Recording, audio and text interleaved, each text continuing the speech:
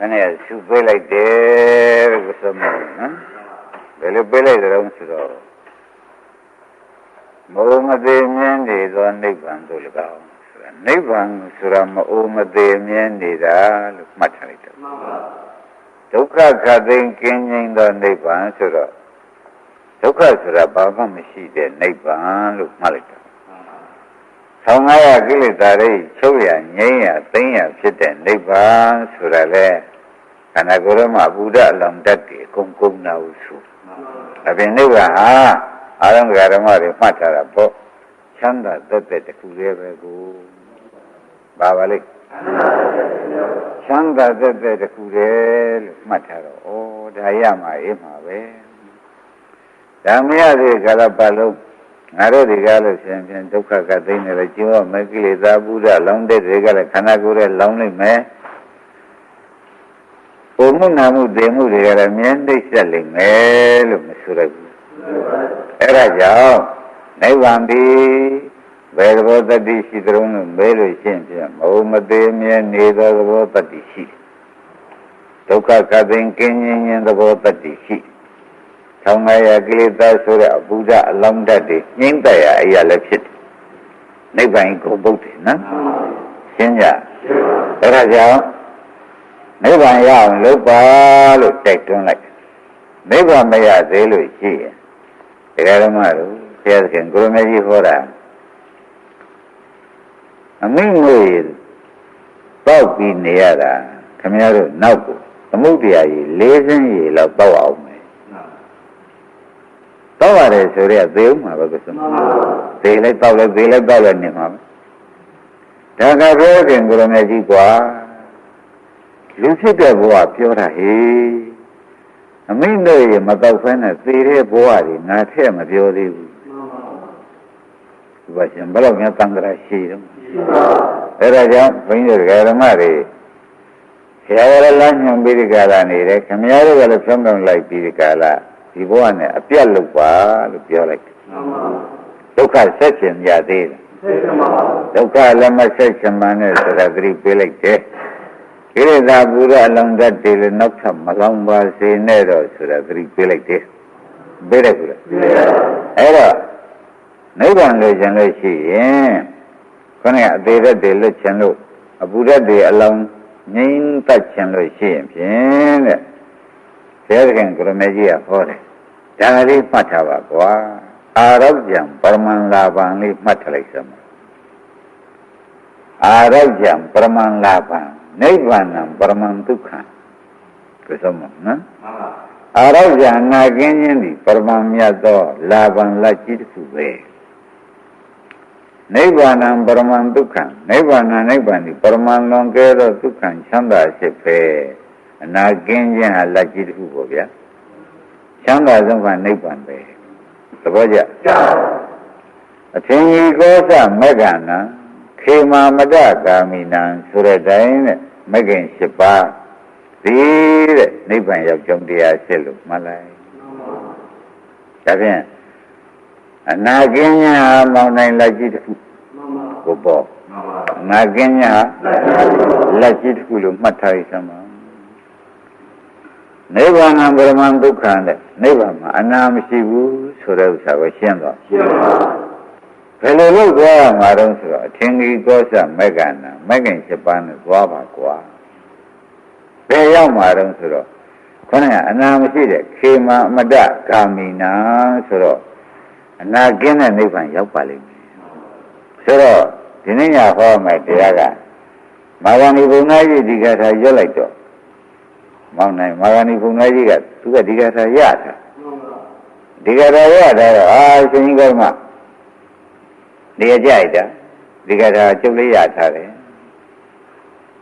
ရထားတာကကိုစွမောင်ရကပ္ပဘုရားလက်ထက်ကရွတ်ထားတဲ့ကထာသူကဘောရမဘုရားလက်ထက်ကြောင့်သူကရထားရထားတာကပုံနာပညာရှိတယ်အဆင့်ဆင့်ဆောင်းလာတာနဲ့ဒီကထာကအခုတည်းကျမ်းနေတယ်ဘောရမဘုရားလက်ထက်ကြောင့်တို့တော့အယူဆကလွဲနေအာရောဂံပရမန်လာဘံလို့ခရရလိုက်တော့သူကသဘောကျဩကျုပ်ကအနာကင်းတဲ့ပုဂ္ဂိုလ်ပဲလို့ခန္ဓာကိုယ်ကြီးကသူကပြောလိုက်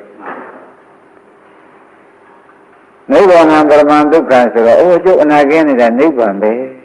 ဒုက္ခနာကိုကြီးနိဗ္ဗာန်ယူလိုက်တယ်အယူကမလို့ဘူးလားအရောကျပရမလာပါနဲ့သူ့မှာနာမရှိပါဘူးတဲ့ဒီခန္ဓာကိုယ်ကြီးပဲတဲ့ခုကျမ်းမာလို့အရှင်ဘုရားများနဲ့ပြောနိုင်ဆိုနိုင်တရားနာနိုင်တာပေါ့ဆိုတော့ဒုက္ခနာကိုကြီးကျမ်းမာတယ်ယူလိုက်တယ်နိဗ္ဗာန်ပရမဒုက္ခကိုဘုရားကဆက်ရွက်လိုက်ပြန်တော့လေဩကျုပ်ကျမ်းမာနေတာဟာနိဗ္ဗာန်ပဲဒါချမ်းသာနေတာဆိုတော့ဒီခန္ဓာကြီးပဲယူလိုက်ပြန်တယ်ဥပယံခန္ဓာကြီးဘယ်နှချက်ရှိလဲယူလိုက်တယ်အနာကင်းတာလဲဒီနေ့ခန္ဓာပဲရှင်းမလားနိဗ္ဗာန်ဆိုတာလဲမိမိခန္ဓာပဲလေယူလိုက်တော့ဘုံနာကမဂ္ဂဏီဘုံနာကြီးကဒီလိုသဘောကျပြီးဒီကလာနေတော့ဘုရားခင်ကိုရမကြီးကလည်းဟာမဂ္ဂဏီဘုံနာကြီးမဲအရောဇံပရမန်လာပံနိဗ္ဗာန်ပရမန်ဒုက္ခံအထင်ကောသမေကနာခေမမတဂာမိနံလို့နိုင်ရလိုက်တဲ့အခါသာဒီကားပဲဆိုရင်မင်းကမင်းကိုယ်ပေါ်မင်းကိုကြီးကအနာကင်းတာပဲမင်းကိုကြီးကနိဗ္ဗာန်ပဲလို့ယူတာမင်းကကွာတဲ့မျက်စိနဲ့ကွင်းအလင်းမရတဲ့ပုဂ္ဂိုလ်နဲ့တူလိုက်တာဘယ်နဲ့ကြောင့်မျက်စိနဲ့ကွင်းအလင်းမရတဲ့ပုဂ္ဂိုလ်နဲ့တူပါလိမ့်မလို့ဆိုတော့မျက်စိနဲ့ကွင်းအလင်းမရတဲ့ပုဂ္ဂိုလ်ကကွာတဲ့သူကဥမဲ့တွေနဲ့သုတ်ထားတဲ့အဝတ်ကိုအဝတ်ခိုင်းတယ်ဝိပိဒကကဟောဒီဝါအနံဖြူစင်ပါတယ်လို့မျက်စိမြင်တဲ့လူကပြောတော့မျက်စိနဲ့ကွယ်လည်းမရရဝတ်ပြီးဒီကာလဒီဝနဲ့သူနဲ့တဲလိုက်တယ်လို့မင်းမျိုးထဲမှာလဲပြောစမ်းဆိုတော့ကိုစုံမောင်မျက်စိကမမြင်တော့စီသုတ်ထားတဲ့ဝတ်ကြီးနဲ့ဒီဝနဲ့ကျုပ်နဲ့မလိုက်ဘူးလားလဲမင်းနေဘာဖြစ်လို့မဲပါလဲမလို့ဆိုတော့ဥပရှင်အဖြစ်ဆွတ်စမ်းပါမျက်စိမမြင်တော့သူ့ဟာသူဟုတ်နေတာအဲ့တော့ကွာတဲ့မင်းကလည်းအာရဇံပရမန်လာပံဆိုတဲ့ဥစ္စာမခန္ဓာကြီးအနာကင်းတယ်လို့ယူလိုက်တယ်ခေမမတဂာမိနံဆိုတဲ့ဥစ္စာလည်းနိဗ္ဗာန်ပရမန်ဒုက္ခံဆိုတာလည်းမင်းခန္ဓာကြီးပဲနိဗ္ဗာန်လို့ယူလိုက်တော့မင်းကအနာရှိတာလည်းမသိနိဗ္ဗာန်လည်းမသိသူများပြောတာကြားနဲ့မျက်စိနဲ့ကွယ်လည်းမရတော့မဝတ်ထားတဲ့အဝတ်ကြီးစီတုတ်ထားတာရေးကငါနဲ့မလိုက်ဘူးလားငါနဲ့အမှန်လိုက်တယ်ဆိုတော့ပြောတာနဲ့အတူတူဖြစ်နေပြီဘယ်ကဲရတော့ဘယ်မကဲရလဲသူကမျက်စိနဲ့ကွယ်လည်းမရတော့သူ့ဘဝနဲ့သူဟုတ်နေတာဟုတ်တော့ဒီလိုမျက်စိနဲ့ကွယ်လည်းရတဲ့ပုဂ္ဂိုလ်တွေကတော့ဒီဝတ်နဲ့ဒီဟာဟုတ်ပါရဲ့လားမဟုတ်ပါဘူးသူများပြောသေးနဲ့ပြီးနေတာဆိုတဲ့အဓိပ္ပာယ်ဥပရှင်ရှင်းလို့ပြောတယ်ရှင်းပါဘူးတကယ်လိုက်ပေါ်သွားပြီနော်အဲ့တော့ခုနကစိုက်လဲလာတော့တိုင်းရှင်ကဓမ္မတဲ့ကျုပ်အရဇံပရမလာဘံဆိုတော့ကျုပ်ခန္ဓာကိုကျုပ်အနာကင်းတယ်လို့ယူထားတယ်နိဗ္ဗာန်ပရမဒုက္ခဆိုတော့ကျုပ်ကိုချမ်းသာနေတာဟာနိဗ္ဗာန်ပဲလို့ကျုပ်ယူထားတာကျုပ်မျက်စိနဲ့ကိုယ်လည်းမရလို့သူများကခြေသုတ်တဲ့ဝရှိဝတ်ပြီးဒီကလာငါ့ဘဝနဲ့ငါနဲ့မလိုက်ခွေးရလို့လဲပြောနေတာနဲ့ကျုပ်ကိုတူပါတယ်ဆိုလို့ရှိရင်ကျုပ်မျက်လုံးဖွင့်ပေးပါဦးတောင်းပါအနာကင်းတာလည်းသိအောင်နိဗ္ဗာန်လည်းသိအောင်ကျုပ်မျက်လုံးဖွင့်ပေးပါဦးတောင်းပါမည်ရှင်းကြတယ်ကတောင်းပါတဲ့အခါကျတော့ဘုရားခင်ကိုရမကြီးကမင်းမျက်လုံးဖွင့်ပေးရမယ်ဆိုလို့ရှိရင်ကွာတဲ့သူတော်ကောင်းစီစိတ်ကပ်ပါဦးရှင်းဘာလို့အောင်သစ္စာတရားနာပါဦးနှစ်ချက်ရှိပြီးတိုက်တယ်ပါတယ်လို့နှစ်ချက်ရှိသွားပြီကိုယ်ဆုံးနော်သစ္စာကိုလည်းမြင်အောင်ကျင့်ပါဦးသုံးခုရှိတော့ဓမ္မတွေဘယ်နှခုပါလဲမျက်စိနဲ့ကွန်းအလင်းရကျင်လို့ရှိရင်မင်းဒီသုံးခုအရေးကြီးတယ်ကွာလို့ဟောပြန်ဝါအောင်သဘောကျတယ်မျက်စိနဲ့ကွန်းအလင်းရကျင်ဘယ်နှခုပါလဲဘယ်တော့စိတ်ကရအောင်မှတက်နံပါတ်သစ္စာတရားနာမှာကနှစ်နံပါတ်နာထားတဲ့တင်သစ္စာကိုမြင်အောင်ကျင့်ရမှာကဒီသုံးခုရမှာအနာကင်းတာကိုလည်းသိမယ်နိဗ္ဗာန်လည်းသိမှာကွာလို့ဆိုတော့ဘုရားသခင်ကိုရမကြီးကဒီသုံးခုကိုမင်းရှိလို့ရှိဖို့ပါအောင်ဓမ္မမက္ခဏာကိုကြီးအနာရှိတာကိုလည်းသိမယ်အနာကင်းတဲ့နိဗ္ဗာန်ကိုလည်းသိမယ်လို့ဘုရားကပြောရှာသဘောပါကြဒါဖြင့်ဒါက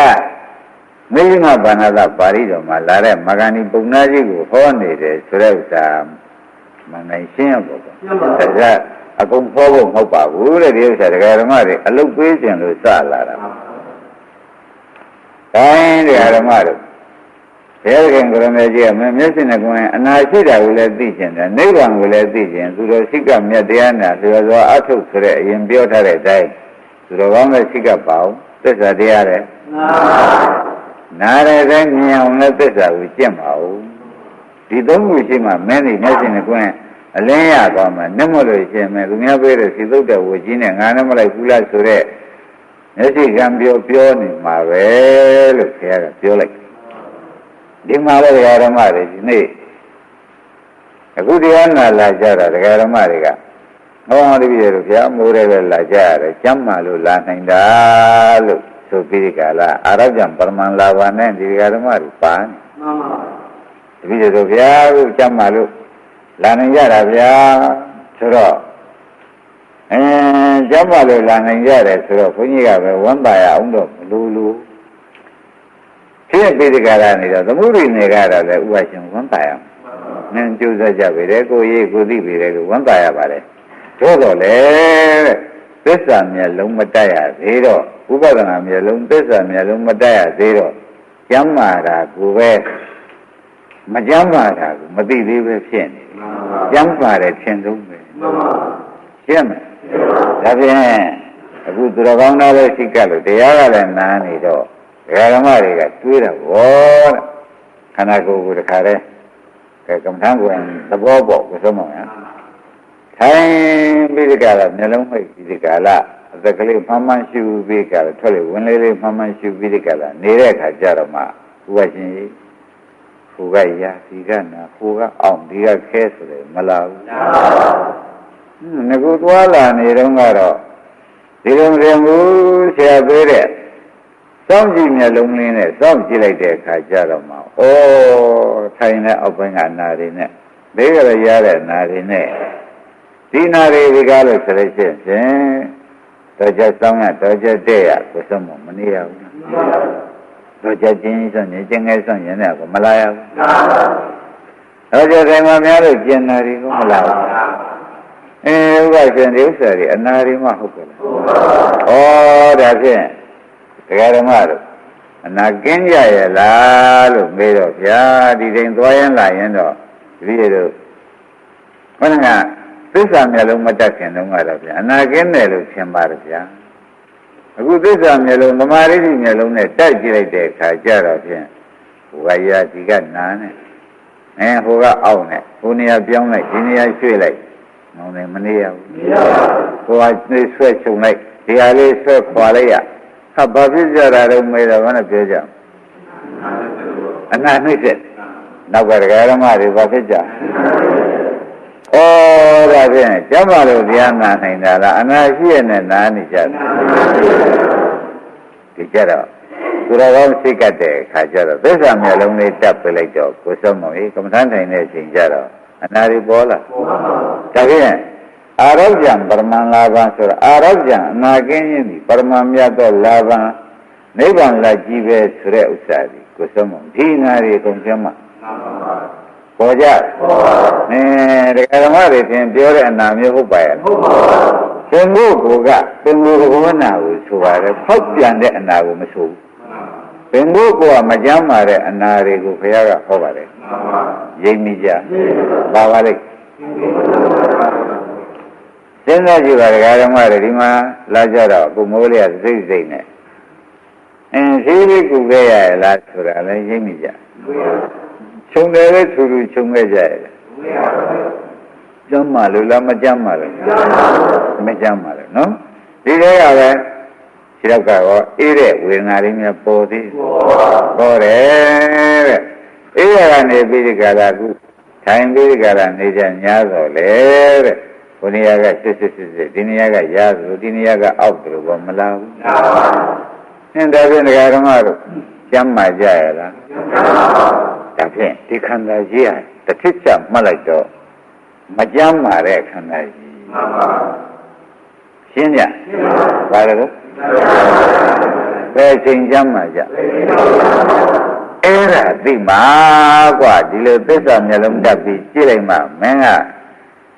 ကျမ်းမာလို့သူ့ရင်ပများသူပုတ်ပြလိုက်တယ်အာရဇ္ဇပရမန်လာဘံဆိုတော့ကျုပ်ဆိုတာ သူကပုံနာမဂန္ဒီကမောင်းနိုင်သိရမှာများပုတ်ပြိုက်တယ်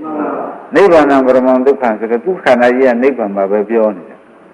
မင်းအရိယာမျက်လုံးမတက်ရသေးတော့ခက်တယ်ကွာဆိုတော့အရိယာမျက်လုံးဆိုတာသစ္စာမျက်လုံးပါပဲရင်းမိကြအရိယာမျက်လုံးဆိုတာဘာပါလဲအဲ့ဒီသစ္စာမျက်လုံးတာပြီးကြည့်လိုက်တော့မှဒကာဓမ္မတွေအမာရီလေးကောင်းကောင်းနဲ့ပညာလေးနဲ့တဲ့ပြီးကြည့်လိုက်တော့ခန္ဓာကိုယ်ထဲမှာကိုယ်ကရွထိခိုက်ရွနဲ့ကိုယ်ဆုံးမအောင်ကိုယ်ကအောင်ဒီကနာဟမ်ကိုယ်ကရွှေ့ခြင်းဒီကပြောင်းခြင်းနဲ့ဒီလိုထိုင်လုံးဖြစ်သေးဘူးဟိုလိုမှဒီလိုချုံလုံးဖြစ်ဘူးဟိုလိုချုံမှဟိုဒီလိုချုံများဟိုလိုခွာအောင်မှမလာဘူးဟာဘာဖြစ်ကြတာတုံးတော့မေးရင်မနဲ့ဖြစ်ကြအနာကြွတာအနာထောတာဗျဒကာဓမ္မတွေဘယ်လိုမှတ်ကြမလဲအနာကြွလို့အနာထောတာဖေရဆိုတာပေါ်ကြအဲ့ဒါကအားလုံးဒကာဓမ္မတွေမှတ်လိုက်စမ်းပါတဲ့အရိယာမျက်လုံးတက်ကြည့်တော့မှမမှန်းသိတာဟုတ်ဘယ်လိုပါလဲအဲ့ဒီလိုဝိပဿနာလို့ဆိုတော့ကိုကအနာရှာရတာမဟုတ်ပါဘူးတဲ့သမာဓိနဲ့ပညာနဲ့စောင့်ကြည့်လိုက်လို့ရှိရင်အနာတွေကုန်ပေါ်လာပါသဘောကျအဲ့တော့ဘုရားရှင်ကိုရမကြီးကဒါရောဂတော်ဆိုတာဒါပဲယောဂတွေများတယ်ဆိုတော့ဒါယောဂတွေပဲခန္ဓာတော်ဆိုတာအနာတွေအစုကြီးဆိုတာဒါဆိုတာဟိသံဃာတော်တဲ့ဟိုကစုဒီကစုနဲ့ကိုစောင့်မှုမရှိဘူးလားအကတော့လေအလကားသုံးမကြတဲ့ရှင်နေကြီးပဲဆိုတော့ပေါ်လာဘူးလားအဲ့တော့ဒါတွေကဘယ်မျိုးလုံးတက်ကြီးမှမြန်မာတုံးဆိုတာကတရားတစ်ပွဲလုံးပေါ်ကြဘာတွေဘယ်မျိုးလုံးတက်ရမလဲရိယာမျိုးလုံးတက်ဝါသစ္စာမျိုးလုံးတက်ရှင်းညဒီမျိုးလုံးတက်ကြတဲ့အခါကျတော့မှဒီကန္နာကြီးဟာအိန္ဒိယရသမာဓိရှိညာမျက်စိနဲ့ကြည့်လိုက်တဲ့အခါကျတော့မှကိုတောင်လို့ဒီတိုင်းကိုထားလို့မရတော့ရသေးရဲ့ခန္ဓာကတစ်မျိုးဟုတ်လားစောင့်ကျင်တဲ့အနာကစောင့်ကျင်တဲ့အနာကမစောင့်ကြတဲ့ကိုအရာဖြုတ်ကျင်တဲ့အနာကတစ်မျိုးပဲအဝတ်ထူထူလေးကတ်ကျင်တာကလည်းသဘောကျမထူလို့ပါကျင်တဲ့သဘောတွေကလည်းအနာထလို့ပြင်ရတာတွေကိုဥပရှင်ဘယ်ချိန်ကြမ်းမှာအဲ့ဒါမြင်မှသာရင်ကွာတဲ့မဂ္ဂဏီပုံသားကြီးမင်းဒီကားလို့ဆိုလို့ရှိရင်ဖြင့်အရိယာမျိုးလုံးတက်ကြည့်မှာမင်းကအာရဇံပရမန်လာဘဆိုမဲ့ခန္ဓာကိုယ်ကြီးရင်ပပုတ်ပြတယ်နိဗ္ဗာန်ပရမန်ဒုက္ခဆိုတော့ကျုပ်ခန္ဓာကြီးကနိဗ္ဗာန်ပဲလို့ပြောနေတယ်မင်းအရိယာမျိုးလုံးမတက်သေးသေးကာလပတ်လုံးတော့ဖြင့်ဒီကုံလုံးကပြောင်းမှာမဟုတ်ပါဘူးသဘောပါကြအခုတရားဓမ္မတွေအလုတ်ထိုင်ကြည့်တော့မှခန္ဓာကိုယ်ကဟိုကဖြတ်ဒီကဖြတ်ဟိုကအောင်ဒီကနာနဲ့ဒါတွေလျှောက်ပြီးယောဂတွေဆိုတာဒါပါလားဒုက္ခသစ္စာဆိုတာဒါတွေပါလားဒုက္ခသစ္စာဆိုတာဒါတွေပါလားလို့ကိုယ်ဆုံးမဉာဏ်နဲ့စောင့်ကြည့်နေရမှာမှန်ပါအဲ့ဒီကြတော့မှယောဂတော်ပေါ်လာတာမောင်းနိုင်မှန်ပါပေါ်ကြဒါဘာမှလုံးတက်ကြည့်ကြပါလိမ့်အဲ့တော့အာရဇံပရမန်လာဘံဆိုတော့ဒီခန္ဓာမရှိမှအာရဇံပရမန်လာဘံဆိုတဲ့နိဗ္ဗာန်လက်ကြီးရမှာပါလားဒီခန္ဓာရှိရင်ယောဂကြီးပဲပေါ်ကြဒီခန္ဓာရှိနေနောက်ကတရားဓမ္မတွေရှင်းကြရအဲ့ဒါဘုန်းကြီးပြောတာလည်းတရားပါပဲကိုယ်ဉာဏ်နဲ့ကိုအိမ်ကြတော့ထိုင်ပြီးစောင့်ကြည့်ကြစမ်းပါတယ်အဲ့ဒါအလုတ်ထိုင်တာပဲအဲ့ဒါအလုတ်ကနာဝိနည်းရဒီနေရာအောင်ဒီနေရာကနာဟိုနေရာရွှေ့ခြင်းဒီနေရာရွှေ့ခြင်းဒုက္ခသစ္စာဆိုတော့အဲ့ဒီနားရဲ့အောက်နယ်နေရာလေးပဲဒုက္ခသစ္စာဆိုတော့အောက်နယ်နားရဲ့နေရာကဒုက္ခသစ္စာကိုသုံးပါဦးမျက်လုံးကမဂ္ဂသစ္စာသွားဖြစ်စောင့်ကြည့်တဲ့မျက်လုံးကမဂ္ဂသစ္စာသွားဖြစ်တော့ပါဒါအရိယာမျက်လုံးတက်ကြည့်လိုက်တာပါလားဆိုတာတရားတော်ဘယ်လုံးပေါ်လာဘယ်မျက်လုံးတက်ကြည့်ဒါကြောင့်ဝေဒနာဆိုတာရှာရှုရတာမဟုတ်ပါဘူးစောင့်ကြည့်လိုက်ပေါ်တာပါရှင်းမလားဝေဒနာဆိုတာရှာကြည့်ရလားစောင့်ကြည့်ရစောင့်ကြည့်တဲ့ခန္ဓာကိုယ်ကြီးကဘုရားကရောဂတော်กว่าယောဂပြည့်နေဟုတ်တယ်ကိုယ်လှုပ်ရှုရမှာလားခန္ဓာပြငါကဘာခန္ဓာပါလဲယောဂခန္ဓာကြီးဆိုတော့သိကြလားအဲ့ဒါအိမ်ကြတော့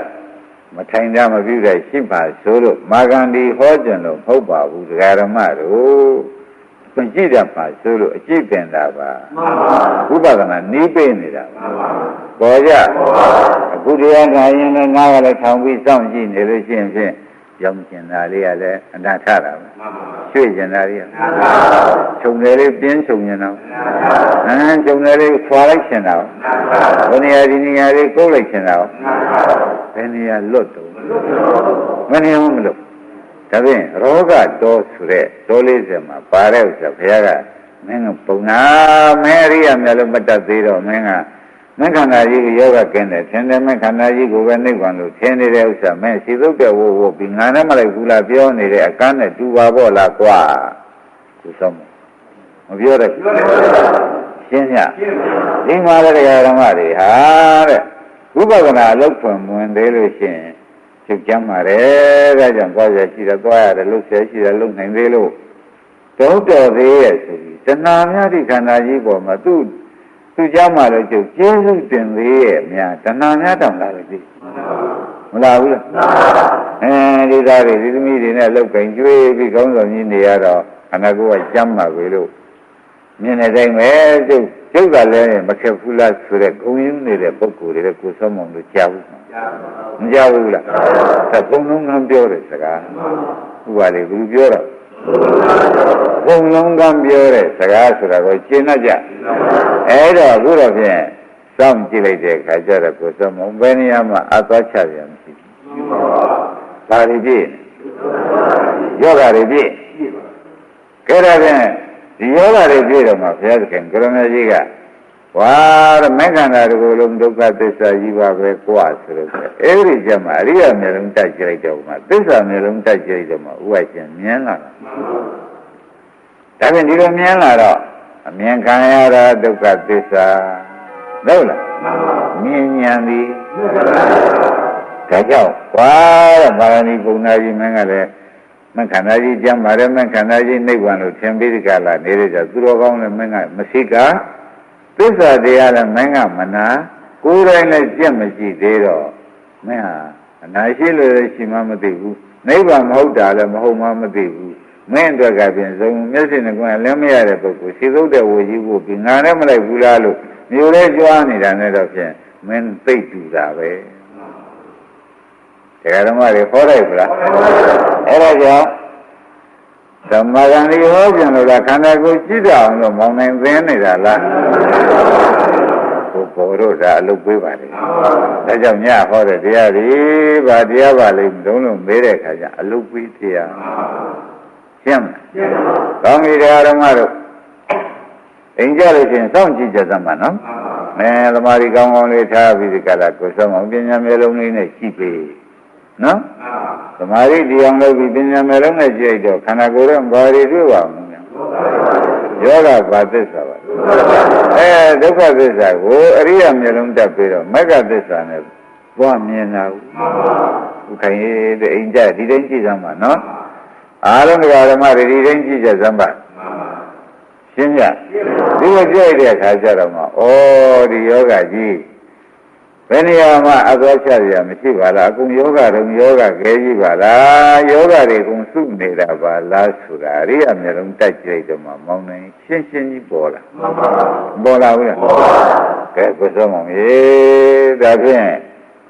ကျတော့အရာမျက်လုံးနဲ့နော်အရိယာမျက်လုံးနဲ့တဲချာနာတခါကြီးလိုက်အဲ့ဒါတရားကြီးတရားရှာမနေနဲ့စောင့်ကြည့်ပြီးခန္ဓာကိုယ်ကနာရတိယကြိုက်တတိယခဲတာဟိုကရွှေ့ကျင်တာဒီကရွှေ့ကျင်တာဒီသာကြည့်နေလို့ရှိရင်ဖြင့်ဒါပင်ကိုယ်ကပေါ်လာတာကိုယ်လို့ရှုတာမဟုတ်ပါဘူးရှုတတ်ပလားအဲ့တော့တရားကြီးတို့အတွက်ကိုထူးတလည်းပဲသင်ပေးနေတယ်ဆိုတာကိုဆုံးမပတ်ပါကဲဒါဖြင့်ဒီဟာတွေအကုန်ကဲမှအာရောကြံပရမန်လာဘံဆိုတဲ့နိဗ္ဗာန်ကြီးရအဲ့ဒါတွေမြင်ပါများလာတဲ့အခါကျတော့မှဒီကြတဲ့အခါကျတော့မှမျက်စိနဲ့ကွယ်လင်းရတယ်လို့မဆိုနိုင်ဘူးလားမျက်စိနဲ့ကွယ်လင်းရတော့မှခေါင်းကစေသုတ်တော်ဝကြီးဝတ်နေတဲ့ပုဂ္ဂိုလ်သူဆရာကောင်းသမားကောင်းနေတဲ့ခြေကောင်းဝါကောင်းမိမိပါတွေကကုပေးလိုက်တဲ့အခါကျတော့မှခေါင်းကသူဒီဝတ်နဲ့မဲနဲ့တည်လိုက်တယ်သူ့မှာသုံးမိုးယူကြီးများဝတ်နေသလိုထင်းနေတဲ့ဥစ္စာခေါင်းက သူ့ဆင်လိုက်တဲ့ပုဂ္ဂိုလ်ကိုဆဲခြင်းဆိုခြင်းချင်းဝါခြင်းဒီသူမျက်စိနှကွင်းလင်းရတော့မလာပဲဘူးလားငါတစ်သက်လုံးလှည့်စားနေတာမလာပဲဘူးလားဒီမှာလည်းခင်ဗျားတို့ခန္ဓာကြီးကတသံမရလုံးလှည့်စားပေါ်ပြီတသံမရလုံးမဲ့ကျမ်းမာလှည့်စားနေကျမ်းမာတော့လုပ်ပြီကျမ်းမာတော့ပွားဟဲ့ကျမ်းမာတော့ဝဲဟဲ့ကျမ်းမာမရှိတော့ကိုလုပ်ဟဲ့ကိုင်းဟဲ့အမလေးဆိုကျမ်းမာမရှိအောင်လုပ်ဟဲ့ကိုင်းဟဲ့နဲ့ခန္ဓာကိုယ်ကြီးကတခါတည်းသက္ကာရိကဝင်းညာနေတော့ကိုစောမောင်တို့ကခုနကမကြမ်းမာတာတွေကြည့်မိသေးရဲ့မကြည့်မိတော့အခုသေးသေးချာချာရိယာမျိုးလုံးတက်ကြည့်တော့ဩငါတို့ကြမ်းမာတယ်လှတယ်ပတယ်ထင်ခဲ့သေးရာဖြင့်ဒိဋ္ဌိတဏှာလိန်ချက်တွေမင်းတို့အတော်ဆိုးတဲ့လူတွေပါလားလို့ပေါ်လာခင်ဗျားတို့မျက်လုံးကိုဆရာဘုန်းကြီးကကုပြလိုက်ဆေးကောင်းဝါကောင်းနဲ့မြတ်စွာဘုရားပြေတော်မူတဲ့ဆေးနဲ့ခုပေးလိုက်တဲ့အခါကျတော့မှဩဘယ်နေရာကမှကျမ်းမာတာတကွမှမပါပါလားရှင်းညပါလိလနဘာကပါတယ်ထင်လို့ရှိရင်အင်းကြတော့ဘုရားရှင်မှာထိုင်ပြီးဘာမှမလုပ်ဖဲနဲ့ဒီခန္ဓာကြီးစောင့်ကြည့်နေပါစောင့်ကြည့်နေဥပါရှင်ခန္ဓာကိုယ်ကဘာတွေပြောမှရှင်နော်ယောဂါတွေမကျမ်းမာတာတွေအကုန်ပြောပြီပြောတော့မှဩတို့ပင်ကိုမျက်လုံးတွေကတော့ပြန်တို့ကျမ်းမာတယ်လို့ထင်ပြီးဒီကလာကြွားလည်းကြွားပြီးဒီကလာတလူတော်လုပ်တွေလုပ်နေကြတာရှိကမျက်စိနဲ့ကွန်လည်းမရတယ်လို့ရှိသောတဲ့ပစိုးကြီးကိုရှင်လွှတ်လိုက်တာနဲ့တို့မှကြွားလုံးထုတ်နေတာဆိုအကန်းကြွားကြွားနေတာကိုဆိုတော့ပေါ်ပေါ်အခုရိယာမျက်လုံးတက်ကြည့်တော့မှတဏှာဒိဋ္ဌိတွေလိန်ထားတဲ့လိန်ချင်းကြောင့်အကန်းကြွားကြွားနေတာအခုတဏှာဒိဋ္ဌိမပါဘဲနဲ့ကြည့်လိုက်တဲ့အခါကျတော့ခန္ဓာကိုယ်ခင်လုံးမပါဘဲနဲ့ခန္ဓာကိုယ်ငါမထင်မဲနဲ့ကြည့်လိုက်ကြဘူးကြည့်လိုက်တော့မှယောဂတွေတွေ့တယ်ဒကာဓမ္မတွေဘာတွေတွေ့ယောဂတွေတွေ့လာတော့မှဩဒုက္ခသစ္စာစစ်ပါလားလို့ဉာဏ်ကဆုံးဖြတ်ချက်ချအမှန်တန်ဘုဒ္ဓမာလာဥပလေးကိုဘုရားပြေတဲ့ဥပမာနဲ့အခုဆရာဘုန်းကြီးကဖြည့်ဆွက်ပြီးသင်လွတ်တာနဲ့ဆိုတော့ဥပအောင်ကြီးတို့သိချေစုများစောင့်ကြည့်ပါတော့တရားဓမ္မတို့အိမ်ကြတော့ဘာလို့ကြားမလဲသမာဓိကောင်းကောင်းထားပြီးပညာမျိုးလုံးနဲ့ကြည့်လိုက်တဲ့အခါကျတော့မှဒါဒုက္ခသစ္စာတွေဘာလားဖြစ်ပြတယ်ဘာလားဖြစ်ပြတယ်ဘာလို့ဖြစ်ပြီးပြဒီနေရာရတယ်ဖြစ်ပြဒီနေရာအောင်တာလေးလေဒါဘာသစ္စာတွေပါလဲဒါဖြင့်ယောဂမှာဟုတ်ပါရဲ့လားဒုက္ခရောက်တယ်ဆိုတဲ့ဥစ္စာကိုဆုံးမယောဂတွေပဲဒါကြီးလည်းပေါ်ကလားနှစ်ခင်ကြတော့ဘုန်းကြီးပြောတဲ့အခုနီးနဲ့မာဂဏီဘုံကြီးဖရာပေးတဲ့နီးကိုထားပြီးထိုင်ပြီးကြည့်ကြည့်အဲ့ပဲကြည့်ကြည့်သမာဓိကောင်းကောင်းနဲ့ကြည့်တဲ့အခါသစ္စာတွေအကုန်တွေ့ပါလိမ့်မယ်။ဘာသစ္စာတွေတွေ့ဒုက္ခသစ္စာတွေကိုဉာဏ်နဲ့တွေ့ပါလိမ့်မယ်လို့မှတ်လိုက်ကြစမ်း။ဘာတွေတွေ့ကြဒုက္ခသစ္စာတွေကိုဉာဏ်နဲ့တွေ့တဲ့အခါကျတော့မှမျက်စိနဲ့ကိုယ်အလင်းရလို့ဟိတ်ဆိုတာမှတ်လိုက်စမ်း။ဘာရှင်ဘယ်လိုမှမမျက်စိနဲ့ကွယ်အလင်းရတာနဲ့အရင်တုန်းကတော့ပြန်ကျမ်းမာလို့တရားနာနိုင်တယ်လို့ထင်ကြဟုတ်ကလားကျမ်းမာလို့အယောင်းဝယ်ထွက်နိုင်တယ်လို့ထင်ကြကျမ်းမာလို့ဒီသားဒီသမီးတွေကိုဒီဓမ္မကြီးနဲ့နေတိုင်းမကြောက်မကြမတော့မတနဲ့ကျွေးနိုင်တယ်မွေးနိုင်တယ်လို့ထင်ကြပိဿတ်တော့ဘယ်ဟုတ်မကျမ်းမာရဲ့နဲ့ထားလို့ဥပါလေဘယ်နဲ့အရင်ကလုံးကသုံးလုံးကမျက်လုံးနဲ့ပြောအခုတော့ရိယာမျက်လုံးတက်ပြီးကြည့်လိုက်တော့သာယသမီးရှိဝဲလောက်တာနဲ့မကြမ်းမာရဲ့နဲ့လောက်ရတယ်ဆိုတော့သစ္စာမြင်ပြီးလောက်တာဟုတ်ဘူးလားဘာမြင်လောက်ကြသစ္စာမြင်ပြီးလောက်တော့နောက်ကတရားသေးနေသစ္စာညာနဲ့လောက်လိုက်တာဟုတ်သဘောပါကြဒါဖြင့်ဆရာကောင်းသမားကောင်းဆေးကောင်းဝါကောင်းနဲ့မင်းခေါင်းကရှိသုတ်တဲ့လူရှိသုတ်တဲ့ဝေကြီးဝါကောင်းနဲ့မင်းခေါင်းကရှိသုတ်တဲ့လူရှိသုတ်တဲ့ဝေကြီးဝါနေတဲ့ဇုံလုံးကန်းကိုဆေးကောင်းဝါကောင်းနဲ့ကုလိုက်တဲ့အခါကျတော့အရင်ကဆင်ထားတဲ့ပုဂ္ဂိုလ်ဆဲခြင်းဆိုခြင်းတွေကိုသုံးလာမလားငါလိမ့်ကြီးပြလာတယ်ကြာလာဇုံလုံးကန်းဖြစ်နေတော့ငါဝါနဲ့ငါလိုက်တယ်ဆင်းနေတာအခုမှမျက်စိနဲ့ကိုယ်အလင်းရတော့မှငါလှည့်စားလာတာကြာလာပြီဆိုပြီးကြလိုက်ဒီရှင်နဲ့ပြင်တဲ့ပုဂ္ဂိုလ်ပဲအထုပ်စိတ်ဆိုးမဆိုးပဲ ဘယ်နဲ့စီသုတ်တဲ့ဟိုကြီးကိုအဖြူလုပ်ပြီးကြလားမင်းနဲ့တည်းလိုက်တယ်လို့ပြောပြီးဆင်ထားတာအဲ့ဒီနဲ့ခင်ဗျားတို့ခန္ဓာကိုယ်ထဲမှာရှိတဲ့သဏ္ဍာကမက္ခဏာမင်းခင်စရာပဲဆိုတယ်သဏ္ဍာကအဝတ်ဆင်ထားတယ်ဒိဋ္ဌိကလည်းမက္ခဏာကိုကြီးကယောဂဝအန္တရာယ်ကင်းတော့ကျိုးစားလို့ပွားဒိဋ္ဌိကလည်းအဝတ်ဆင်ပေးတယ်နဲ့ဒိဋ္ဌိကကျိုးစားခိုင်းသဏ္ဍာကအဝတ်ဆင်ပေးဆိုတော့သူတို့ကလည်းမရှိနေကွန်းလက်မရသေးတော့အနာရီမမြင်ဘယ်နဲ့ဖြစ်နေကြပါလိမ့်မယ်တရားဓမ္မတွေပေါ်လားကံကြက်ပြင်းတန်လိုက်တာဘယ်လောက်ကြာကြုံဒီဝကြီးဒီခန္ဓာဝကြီးကိုယောဂမရှိဘူးဆိုပြီးထင်ပြီးဒီကရာဒီခန္ဓာကြီးထမ်းပို့ပြီးဝတ်ဆင်လာကြတာဘယ်လောက်ကြာကဲခင်ဗျားတို့ရှင်းလို့တဲ့ဝကြီးနဲ့တိုင်းပြည်လဲပေါ်ကြအခုပါမျိုးလုံးနဲ့ကြည့်မယ်လို့ဆိုတဲ့ဥစ္စာခင်ဗျားတို့သိတယ်မှာတော့သိကြလို့ရှင်းဟေးအရိယာမျိုးလုံးဆိုတဲ့သစ္စာမျိုးလုံးနဲ့ကြည့်မှာသစ္စာမျိုးလုံးနဲ့ကြည့်တဲ့အခါကျတော့မှအနာကိုယ်ရမယောဂတွေအကုန်ပြည့်မြင်ရတယ်ဖြစ်လိုက်ပြက်လိုက်ဖြစ်လိုက်ပြက်လိုက်ဆိုတော့ဒီယောဂကလည်းသမင်ညယောဂလားဆိုလို့ရှိရင်သိတော့ယောဂကြီးပဲဘယ်ယောဂတွေပါလဲဝေဒနာလည်းဖြစ်လည်းဖြစ်ပြီးပြောက်သွားတာပဲသိသွားတာပဲဥပရှင်ဘာကြောင့်နေစိတ်ကလေးပေါ်လာလဲသိနာဘောကြည့်ပဲအသေးလက်ခင်းများပါသေးဒါဖြင့်ဒီတဲ့ကြီးတဲ့ယောဂကိုမရှိဘူးဆိုတာဓမ္မတွေကောင်းကောင်းရှင်းညဩဒါဖြင့်ဘယ်မျိုးလုံးတက်ပေးလိုက်လို့ဒီချိန်နေရောက်သွားပါလိမ့်မလို့ဆိုတာကိုပေါ်ကြဘယ်မျိုးလုံးပါလဲအဲ့ဒါကြောင့်ခင်ဗျားတို့ဆရာသမားနာမကင်ဒီရိယာမျိုးလုံးဘယ်ကလာရဒုက္ခရနိုင်ပါမရနိုင်ဘူးရမင်းတို့ဘုရားတော်တော်လို့ခေါ်နေဥပါမောင်နေလို့မင်းရတော်ကြီးကဘွားယောက်ျားလည်းဖြစ်တယ်ကိုစီဝါရေးကလည်းဖြောင်းကိုသားရည်ငယ်လည်းကိုစကားလိုက်နာတယ်ကောမင်းတို့တော့ကံကောင်းတာဘယ်ရှာတွေ့မလို့ဆိုတော့ခொနကစီသုတ်တဲ့ဝတ်ကိုဝတ်ပေးပြန်ပြီမှန်ပါတော်ကြဆက်ခံရမယ်ဒီဆရာမကားဘူးလားဟောနေစဉ်ကသစ္စာမျက်လုံးနဲ့ရိယာမျက်လုံးတပေးတဲ့ပုဂ္ဂိုလ်နဲ့စိတ်ကူပေးလိုက်ပြီးဆိုမှဖြင့်ဩတသက်လုံးလဲစားပြီးကာလလာခဲ့တာငါမှဖြင့်ဒီလူအပြည့်ရအမှန်ကြီးပါလားဆိုပြီးအတော်အကြီးကျယ်စိတ်ဆိုးလိုက်ဒီမှာလည်းခင်ဗျားတို့မှာတဏှာဒိဋ္ဌိကတခါတော့ခန္ဓာကိုယ်ကြီးလှည့်စားပြီးထိုက်တာမင်းဖြစ်နေမင်းနဲ့လိုက်လိုက်တာကွာကြမ်းပါရေးကလည်းဟန်ကြစီးပွားရေးကလည်းပြည်ပြည့်ဆိုပြီးဒီကလာတဏှာဒိဋ္ဌိကဥပရှင်တို့မြောက်တယ်မြောက်လာတာဘဝပေါင်းမလို့ကြာခဲ့စီစံစီသုတ်တဲ့ဝကြီးဝတ်ထားတယ်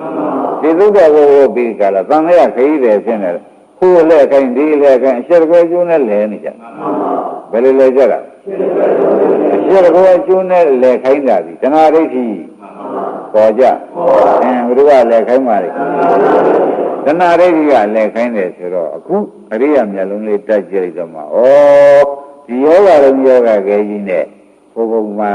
သွားပြလိုက်ဒီဘုံမှာသွားနတ်ပြေသွားပြလိုက်မြမပြေသွားပြလိုက်သူယောဂတယ်ပါဆိုလို့ဆိုတာဟိုအရိယာမျက်လုံးနဲ့အရိယာနတ်တွေကကြည့်တဲ့အခါကျတော့အလုံးများဆက်ဆုပ်ကြမလို့ဘာလို့များသနာကြမလို့မသနာဘူးအဲ့ဒီမှာလည်းတရားဓမ္မတွေကခမည်းတော်ချင်းဒီမှာနှခမ်းပဲခြင်းမိမှုပြီးသူကတော်တယ်ငါကမကြမ်းပါဘူးသူကနေရကြပြီတာယသမီးရှိဝါရေးငါကလိုသေးတယ်လို့ဒီအစွမ်းညင်းတော့စကားပြောမနေပါနဲ့အရိယာမျက်လုံးအကုန်တင်းကြီးတင်းကြီးထိတက်ပြီးကြည့်လိုက်ပါတက်ကြည့်တော့ဘုဒ္ဓဂုမှမကယ်နိုင်တဲ့အမှားအနာသေးတွေတွေ့မှန်ပါဘုဆုံးပါဘာတွေတွေ့ဘုဒ္ဓဂုကယ်နိုင်ရသေးသူလည်းနာမျိုးစုံနဲ့ကိုယ်ကကဲဒါပြန်ဒီနာမျိုးစုံတွေကို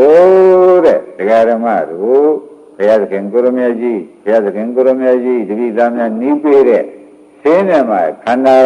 ချုပ်ရည်ကိုခင်ဗျားတို့မလုပ်တော့ပါဘူးဆိုရင်အနာနဲ့သံဃာလဲကြပြီစီသုတ်တဲ့ဝတ်ပြီးကြတာငါနဲ့မလိုက်ဘူးသားဆိုတဲ့မျက်လုံးကန်းကြွားတာကြွားကြပြီတော့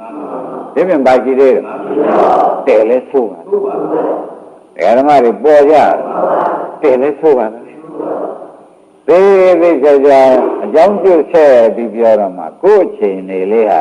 အခုကြည့်စမ်းဘုရားသမားနဲ့ဒီနာသမားမတည့်ကြရံဖြစ်ကြအမျိုးမျိုးပုံပေါ့ဗျာဒါအနာမမြင်မှုတွေပေါ့သဘောပါကြအနာမမြင်မှုတွေပဲရှင်တွေက ဘယ်လိုနဲ့ဆိုပေါင်းတယ်ကွာဘယ်လိုနဲ့ဆိုမသိနိုင်ဘူးကွာဟုတ်လားအမှန်တရားမာနတွေတဲ့တခါတခါပေါ့ဗျာမလာတတ်ဘူးလားအဲ့တော့ဘာမြင်မမြင်လို့ပါလဲသူလည်းနာနဲ့ငါလည်းနာနဲ့နာပြောဖို့သာရေးကြည့်တယ်ဆိုပြီးကြတာဒီစိတ်ကမလာဘူးသူနဲ့ငါနဲ့ပြန်တမ်းမထူဘူးသူနဲ့ငါနဲ့ဒီကလည်းစကားပြောလို့နေရာမကျဘူးအချိုးမကျဘူးဒါကြမလာခင်နဲ့ကွာစိတ်ရိတ်တော်မင်းနဲ့ဟိအစရှိစီနဲ့ကိုဆုံး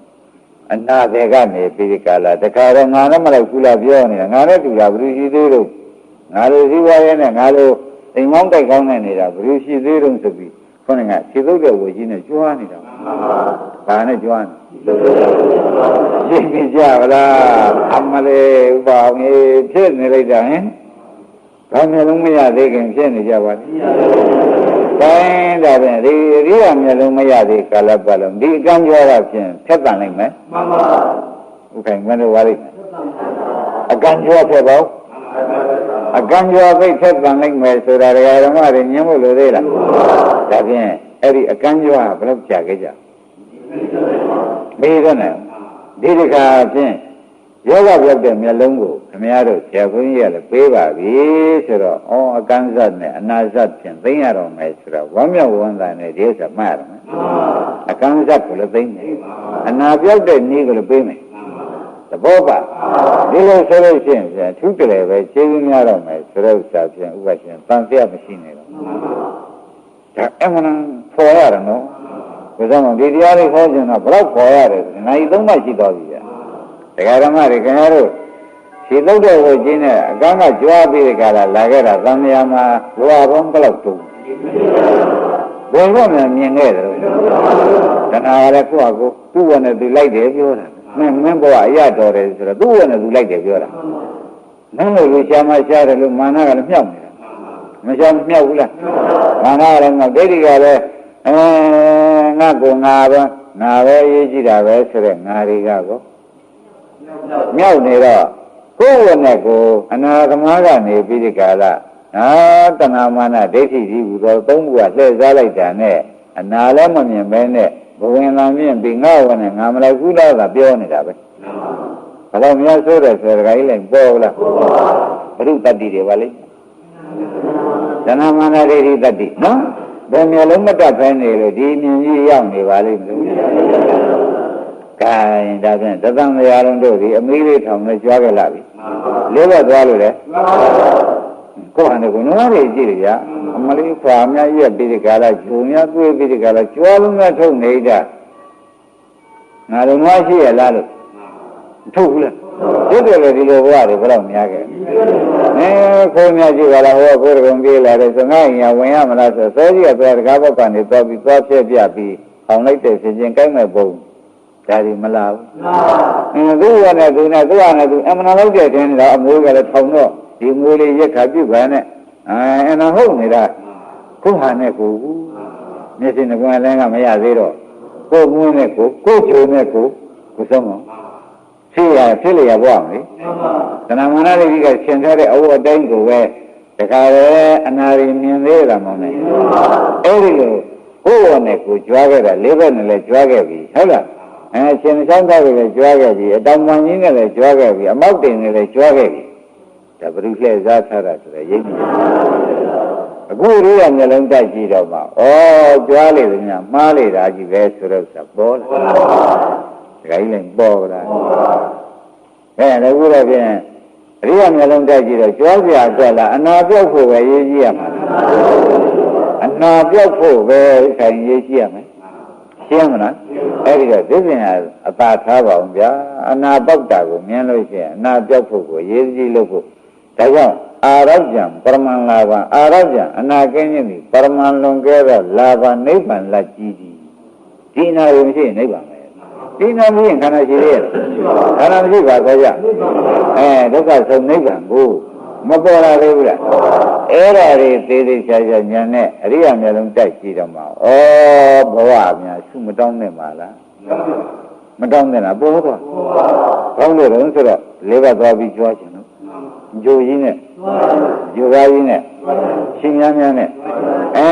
ကြောက်ကြတယ်ဆိုတော့ဒီအနာကြီးကိုတရားဓမ္မတွေစေသုတ်တဲ့ဝတ်ပြီးဒီကလာငါလည်းမလိုက်ဘူးလားဆိုတာသွားတယ်ပြောကြံလို့ဘဝဆူတောင်းတာပဲတယ်လည်းရုပ်မှာပါတယ်လည်းဆိုးလာတာဆိုတော့တရားဓမ္မတွေပေါ်ကြအမတန်လေးပဲပါတဲ့သဘောပါလားကိုဆုံးပါ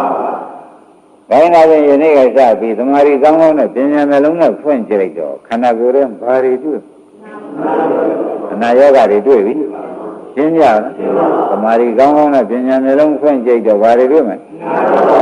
အနာတွေပါသစ္စာ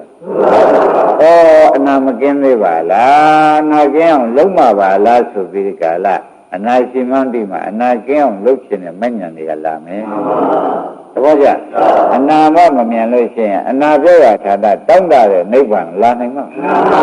ဒါဖြင့်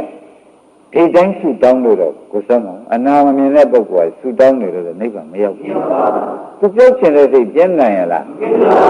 ရှိမှန်းကအနာရောသိရလားဒါမသိတဲ့ပုဂ္ဂိုလ်ပြောချင်တယ်ဆိုတဲ့စကားကိုယ်ဆုံးအောင်ပဲရှင်းရုံတော့ကျုပ်မှာဗျာနာလည်းမရှိဘူးပြောချင်လိုက်တာရှင်ဒီကမှန်မှဒါကြောင့်နိဗ္ဗာန်မရဘူးလို့ပြောပေါ်ကြဒါကြောင့်ဘယ်လိုအနာမြင်မှပြောက်ခြင်းဆိုတဲ့နိဗ္ဗာန်လိုချင်မှာပဲသဏ္ဍပြင်းပြအနာမမြင်တဲ့ပုဂ္ဂိုလ်ကပြောက်ခြင်းတဲ့စီကိုစိတ်ကူးထက်ပါဒါဖြင့်ဒုက္ခသစ္စာမမြင်မဲနဲ့နိရောဓသစ္စာဘယ်သူမှမကြပေါ်လာပြီတည်းလားဒုက္ခသစ္စာမမြင်မဲနဲ့ဒါဖြင့်ဘာနဲ့နဲ့ဆူတောင်းရည်နဲ့ဆူတောင်းနေတဲ့ပုဂ္ဂိုလ်များကိုယ်စောမုံရလို့တောင်းတာမှတ်လိုက်စမ်းပါဥပရှင်ရတကယ်လို့ရှင်တာဟုတ်ကလားတကယ်အနာရှိမှန်းသိပါလားတကယ်ပြောက်ရှင်တဲ့စိတ်ကလာရလားဟုတ်ဘူးအဲ့ဒါရိုးရတောင်းတာသေရစရာကောင်းတာနဲ့တောင်းနေတာသဘောပါအဲ့ဒါဖြင့်တကယ်ဖြစ်လို့ရှင်တာကတော့ဖြင့်ကိုယ်စောမုံတို့ဥပရှင်တို့ရှင်းတော့ပါအနာမြင်မှပြောက်ချင်တာကဧကအနာမမြင်မဲနဲ့ပြောက်ချင်နေတဲ့ပုဂ္ဂိုလ်ဟာဖြင့်ထုံးစံတိုင်းရိုးရပဲပေါ်ကြဒါရင်ဘယ်လိုမှပြောက်ချင်တာအမှန်ပါလိမ့်ဒါဖြင့်ဒုက္ခသစ္စာမြင်မှနိရောဓသစ္စာကိုသေသေးချာချာရကျင်မယ်ဒုက္ခသစ္စာမမြင်တဲ့ပုဂ္ဂိုလ်နိရောဓသစ္စာလိုချင်ပါတယ်ဆိုတော့အပြောကမှအကြိတ်သမားတော့အပြောသမားနဲ့အကြိတ်သမားကိုယ်ဆုံးမတရားသဘောပါကြဒါကြောင့်မင်းတို့ဓမ္မတွေဒီဝတ္ထုထုတ်ပြီးဒီကလာဒီနမူနာနဲ့အရိယာမျက်လုံးတက်ပေးရတာဘုန်းကြီးဖြင့်ဒီနေ့တရားပြောရတာအမှန်ဝမ်းမြောက်ပါနေဥပလေဝမ်းမြောက်တယ်ဒါကြီးတိုင်းကြည်နည်းနေပြီးပေးတာနော်သမာဓိကြီးတာပညာနှလုံးဖွင့်ကြည့်သမှာစံကြည့်တဲ့ဒကာကြီးတိုင်းရွှေ့ခြင်းပြောင်းခြင်းရားခြင်းကုတ်ခြင်းဆိုတာတွေလာမလားအဲ့ဒါတွေဖြစ်ဖြစ်သာရှုချပြီးတော့ဒါဒုက္ခသစ္စာတွေပဲဒါဒုက္ခသစ္စာတွေပဲလို့သာရှုလိုက်ပါသဘောကျတရားရှားရလို့သေးလားတရားရှားနေရတာကကိုယ့်ကိုယ်ကျမ်းမာတဲ့ဆင်းနေတဲ့ပုဂ္ဂိုလ်ကျမ်းမာတော့တရားရှားမှပဲလို့သူကအလွဲပြောနေဥပရှင်အလုံးစုံကျုပ်ကြမ်းပါတယ်ခုချိန်တရားလေးရသမှတော့မတရားလိုက်ရှာအောင်မယ်ဆိုတော့ဒါတစ်ဖက်လွဲနေပြီမလွဲဘူးလားမကြမ်းပါတဲ့ခန္ဓာကိုယ်ကြီးကြည့်လိုက်လို့ရှင်တရားတွေ့ကြမ်းပါတော့တရားရှာလို့ရှင်မတွေ့နိုင်ဘူးဆိုတော့သူ့ကိုယ်ကမျိုးလုံးကတော်တော်ခက်နေတယ်ကိုယ်ဆုံးမဒါအပြောတတ်လို့လားသူအလွဲရှိတာလားအလွဲရှိတာပါဆိုတာဓမ္မတွေပေါ်လာပါပြီဒါကြောင့်မောင်နိုင်တို့စဉ်းစားပါတဲ့ဒီတရားမျိုးပေါ်လာဖို့လွယ်မှမလွယ်ဘူးဘုရားရှင်လွယ်ပါမလွယ်ဘူးကိုယ်ကအာကြီးခဲ့တယ်နော်ခင်ဗျားတို့ကကြောင်းဆောက်ပြီးအချုံနိဗ္ဗာန်လိုချင်တာခရတည်ပြီးတော့ဒုက္ခသစ္စာသိလိုချင်တာဟုတ်ကဲ့လားအဲ့ဒီအချောင်သမားတွေကတော့ဖြင့်မနှဲပါဘူးသဘောပါဒီအချောင်သမားကတော့ရမှာလားလို့ဒကာကြီးနိုင်မဲ့စဉ်းစားကြည့်သူကကျောင်းနဲ့နိဗ္ဗာန်လဲမယ်ပြောတာမောင်နေဘယ်နဲ့ဘုရားဆယ်ပြီးနိဗ္ဗာန်နဲ့လဲမယ်လို့ပြောသူဒီတွေကဒုက္ခနာသူငဲ့တဲ့သဘောလားဒုက္ခနာအပြစ်မြင်တဲ့သဘောလားတဲ့ချောင်းချောင်းနဲ့လဲယူမှာလားမရဘူးစိတ်ချတကယ်ပြောက်ရှင်နဲ့အနာရှိမှန်းသိလို့ပြောက်ရှင်တဲ့ပုဂ္ဂိုလ်မရအနာရှိမှန်းသိလို့ဒီပြင်ပုဂ္ဂိုလ်ဖြင့်အဲ့ဒါဖြင့် ဘုရားခင်ကိုရမေကြီးလည်းကိုဆုံးမဟောပြီငါသစ္စာတန်ရုံမှာဟောပြန်ငါကွာတဲ့သစ္စာ၄ပါးမှာပထမဒုက္ခသစ္စာမသိဘဲနဲ့ငါနိဗ္ဗာန်ရောက်ခဲ့တယ်ဆိုလို့ရှိရင်ဖြင့်အကြောင်းမဟုတ်ဘူးကွာတဲ့ဘယ်တော့မှမယုံနဲ့ငါဒုက္ခသစ္စာဆိုတဲ့အနာရီမမြင်ဘဲနဲ့ဒုက္ခသစ္စာမပြင်မဲနဲ့ငါနိဗ္ဗာန်တော့ဒုက္ခဆုံးတဲ့နိဗ္ဗာန်ရောက်ခဲ့ပါတယ်ဆိုလို့ရှိရင်ကွာတဲ့ရိုးရိုးငါဥပမာပြောရမယ်ကွာတဲ့တိုင်နေလည်းမပါဘူးရောက်ပတ်တယ်လည်းမပါဘဲနဲ့ကျုပ်တိုင်းတင်ခဲ့တယ်လို့ပြောတာနဲ့အတူတူပဲတိုင်ရောက်ပတ်မှမပါဘဲနဲ့တိုင်းပန်းလောက်ကြအဲ့ဒီလိုပြောတာနဲ့အတူတူပဲကွာတဲ့ကိုင်တရားဓမ္မတွေခင်ဗျဘုန်းကြီးပြောတဲ့စကားကအချောင်သမားနိဗ္ဗာန်လို့ကျွန်တော်မရနိုင်ဘူးဆိုတာကိုဒီဥပမာနဲ့ပဲရှင်းလိုက်တယ်ကိုသုံးရှင်းလို့ဘူးလားတိုင်မပါရောက်ပတ်မပါဘဲနဲ့တိုင်းကြီးတင်ခဲ့တယ်ကျုပ်အိမ်ကတော်တော်ဆန်းပြားနေဆန်းဆန်းပြားပြားလုပ်ခဲ့တယ်ဆိုမောင်နိုင်ကအဒီလူယူလူဒီလူယူလူဆိုရလေမဆွနိုင်ဘူးလားဟောတိုင်လည်းမပါဘူးရောက်ပတ်လည်းမပါဘဲနဲ့တိုင်ဥပရှင်ကဘယ်နေရာသွားချိတ်မှာတခါကြီးလိုက်သိရမြင်ကြရလားဒီမှာလည်းခင်ဗျားတို့ခန္ဓာကိုယ်ကြီးအရိယာမျက်လုံးမတက်ဖင်းတဲ့ဒုက္ခသစ္စာမမြင်နိုင်ပါဘူးမမြင်ဘဲနဲ့ကျုပ်ဖြင့်ပန်းခွက်နဲ့နိဗ္ဗာန်ရောက်ခဲ့တယ်ကျောင်းတစ်ဆောင်နဲ့နိဗ္ဗာန်ရောက်ခဲ့တယ်ဆိုတာမယုံနဲ့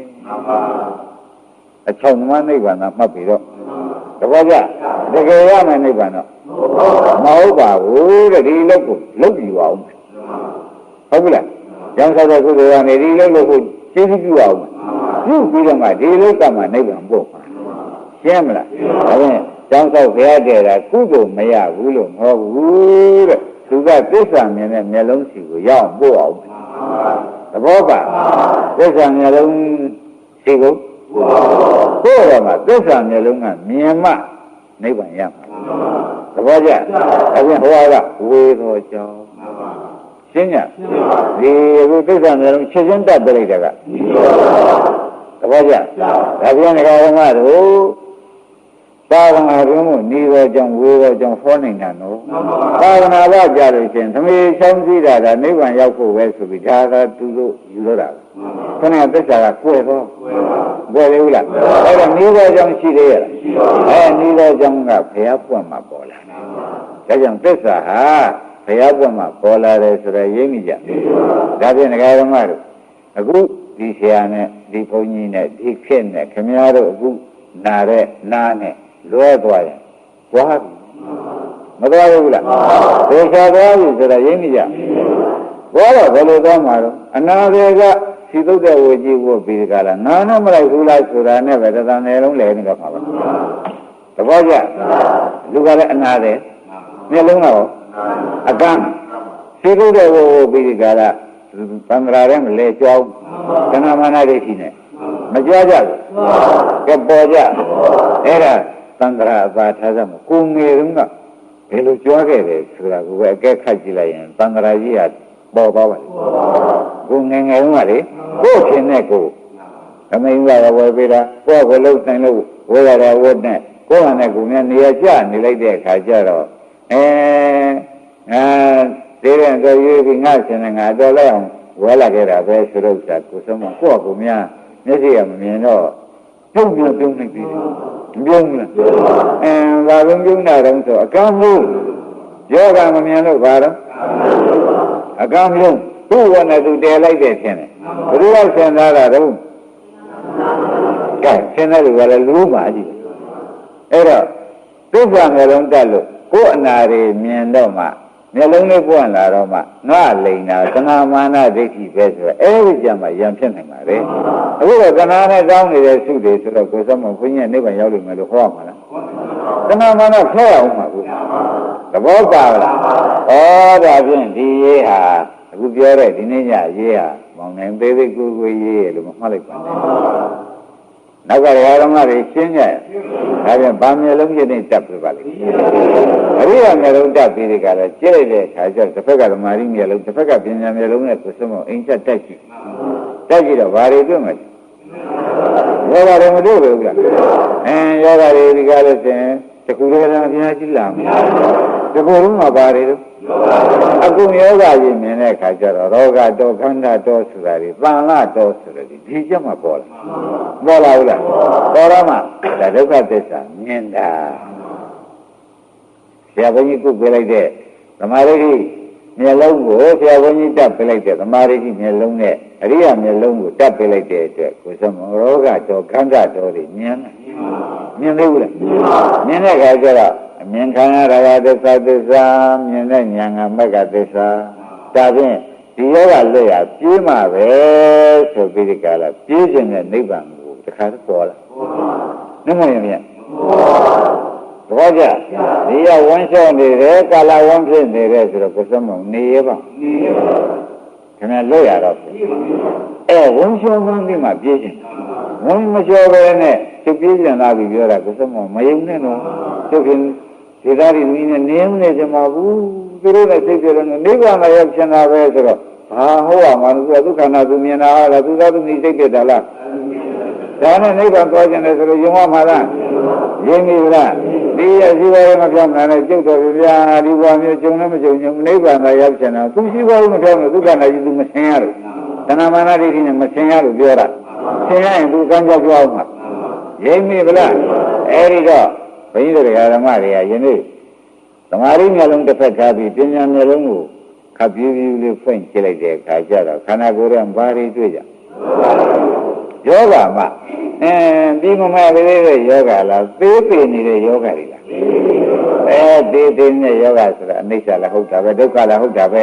အနတ္တလည်းဟုတ်တာပဲဒုက္ခသစ္စာလည်းဟုတ်တာပဲမြင်ကြအဲ့တော့ဒီနေရာပါတော့ဖြင့်ယောဂမြင်ပြီးဒီကလာယောဂကိုမဟုတ်ယောဂဆုံးမနိဗ္ဗာန်ရောက်မယ်ဟောကြ